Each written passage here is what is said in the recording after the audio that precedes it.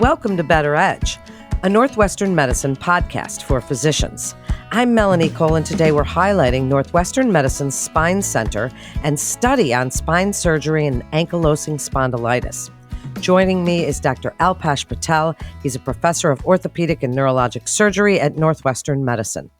Dr. Patel, it's a pleasure to have you join us today. I'd like you to start by speaking to other providers about ankylosing spondylitis, how it's characterized, and why do these patients present several unique challenges that require specific attention around spine surgery? Yeah, thank you so much for the opportunity, Melanie. I do appreciate it. So ankylosing spondylitis, to simplify it, is a chronic inflammatory condition that can affect a number of people, both men and women, and typically presents early on with joint pain or low back pain in particular. And I think that's the crux of the discussion point, is that many younger adults will have low back pain from common issues, sprains and strains and injuries, but there's a probably high number of undiagnosed or underdiagnosed patients with ankylosing spondylitis as a cause of low back pain. That's so interesting. So are there conservative management options you would try before you consider surgery in a specific subset of patients? Absolutely. So there is, to your point, again, a very small group, thankfully small group of patients who need spine surgery for ankylosing spondylitis. However, those patients, when they need surgical management, represent a level of complexity and risk that really requires subspecialty care. To answer your question about non-surgical or conservative management, absolutely. It's typically anti-inflammatory medications, although now there are the development of new biologic treatments that have the potential to really abate some of the long-term impact of ankylosing spondylitis on both joint health as well as on cardiovascular health and other organ systems. Now, for that specific subset, Dr. Patel, tell us about your recent publication, Spine Surgery and Ankylosing Spondylitis, Optimizing that Perioperative Management. Explain a few of those optimal strategies for perioperative management for patients. Absolutely. As I mentioned again, surgery in this patient group is a highly complex one that carries a fair amount of risk, both intraoperatively and postoperatively. And so in that publication that you referenced, we had the opportunity with some co-authors to really lay out a framework for how we approach these complex situations so that we can provide more consistent surgical advice and, again, safer and better surgical outcomes. So that framework involves a very organized approach to patients, first of all, in the decision-making process of should this individual patient have surgery or not. That's a very nuanced question and really requires a lot of input from the patient, from the surgeon, from the patient's healthcare team, and from their caregivers and family members. The next steps really revolve around medical optimization and understanding that ankylosing spondylitis can affect many organ systems simultaneously, specifically cardiac involvement, and that's a very high risk around surgical care. So coming up with standardized approaches to assess patients prior to surgery is actually unbelievably important, and not surprisingly requires coordination of care and multidisciplinary care that we have at Northwestern. And we're going to get into that, but as spine care is so complicated, Dr. Patel, how much does the experience of the surgeon matter?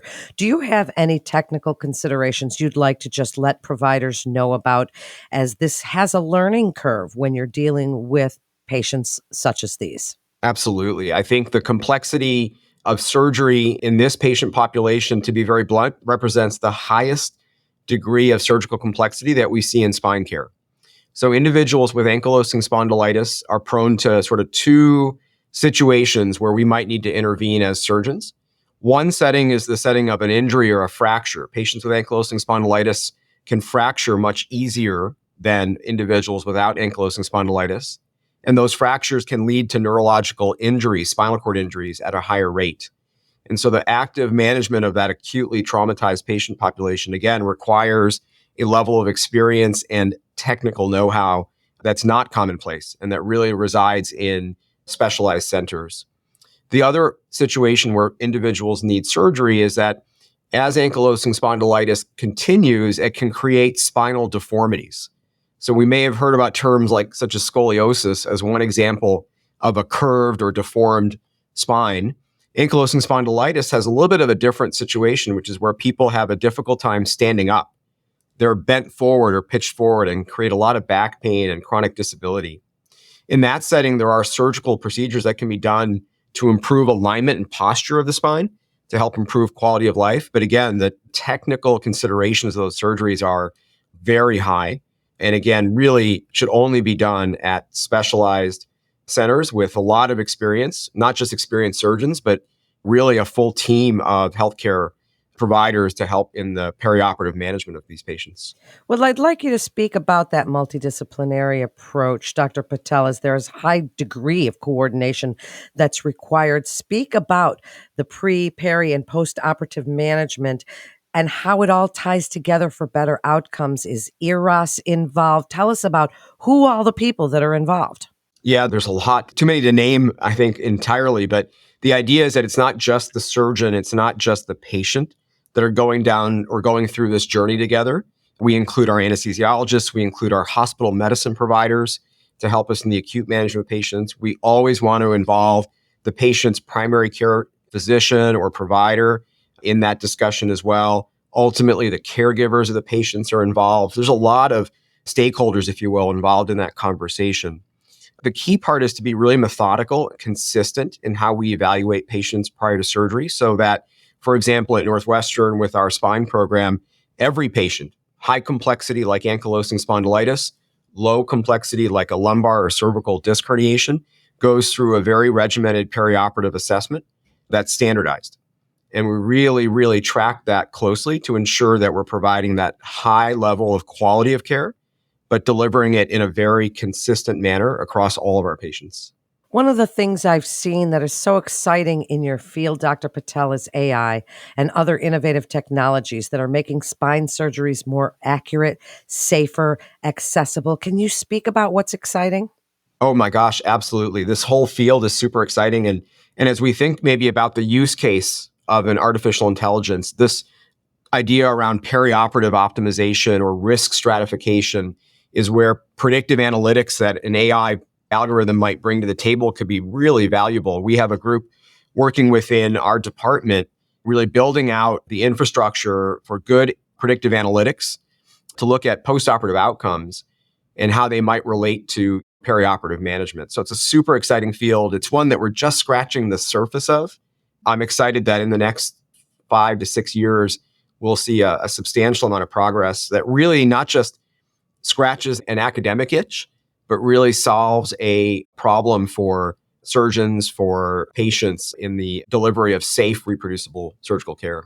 Such an interesting topic and an exciting time to be in your field. Dr. Patel, as we wrap up, how is the Northwestern Medicine Center for Spine Health streamlining that patient care? I'd like you to just tell us about the program and how you'd like physicians to refer their patients and when you feel it's important that they refer their patients to the Center for Spine Health. Yeah, again, thank you. I would say if I were to summarize what we're doing at the Northwestern Center for Spine Health is really we're trying to take the complexity of spine care and make it simpler. And that's simpler for patients, of course, but also simpler for our partner referring physicians and referring providers. It's oftentimes an uncertainty, if you will, as to who to send a patient to, when to send them, why do I send them to one spine care provider versus another. And we've tried to, through collaboration and consolidation of services in our spine center, again, create simplicity for patients and for referring providers.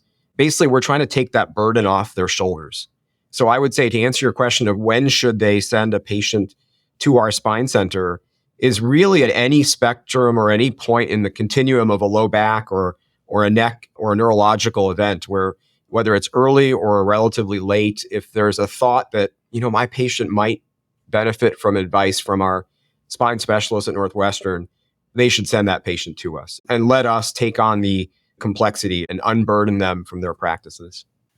Thank you so much, Dr. Patel. What a fascinating interview this was. And thank you for joining us and sharing your expertise for providers that may not know a lot about ankylosing spondylitis. To refer your patient or for more information, please visit our website at breakthroughsforphysicians.nm.org/orthopedics to get connected with one of our providers. And that concludes this episode of Better Edge, a Northwestern Medicine podcast for physicians. I'm Melanie Cole. Thanks so much for joining us today.